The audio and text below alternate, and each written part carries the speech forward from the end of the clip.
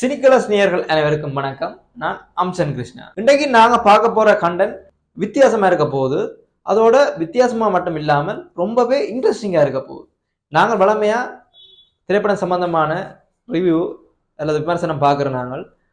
அதே மாதிரி அடுத்தது 96 உங்களுக்கு தெரிஞ்சிருக்கு. 96 வந்து விஜய் சேதுபதி மற்றும் த்ரிஷா நடித்த படம்.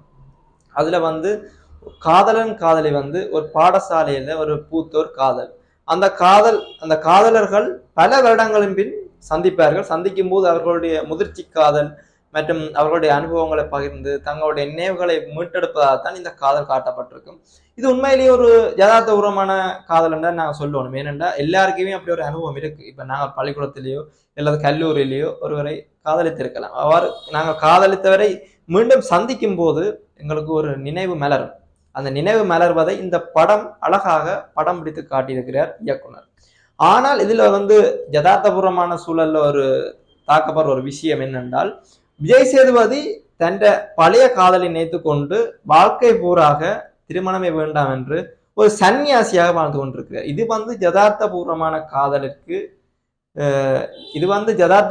காதலில் ஒரு பிழையான ஒரு அங்கமாக தான் நான் பார்க்கிறேன். ஏனென்றால் இவ்வளவு காலமாக ஒருவர் தனது பழைய காதலை நினைத்து கொண்டிருப்பதற்கு 100% சாத்தியம் இல்லை. ஏனென்றால் இப்போதைய சூழல் வேற.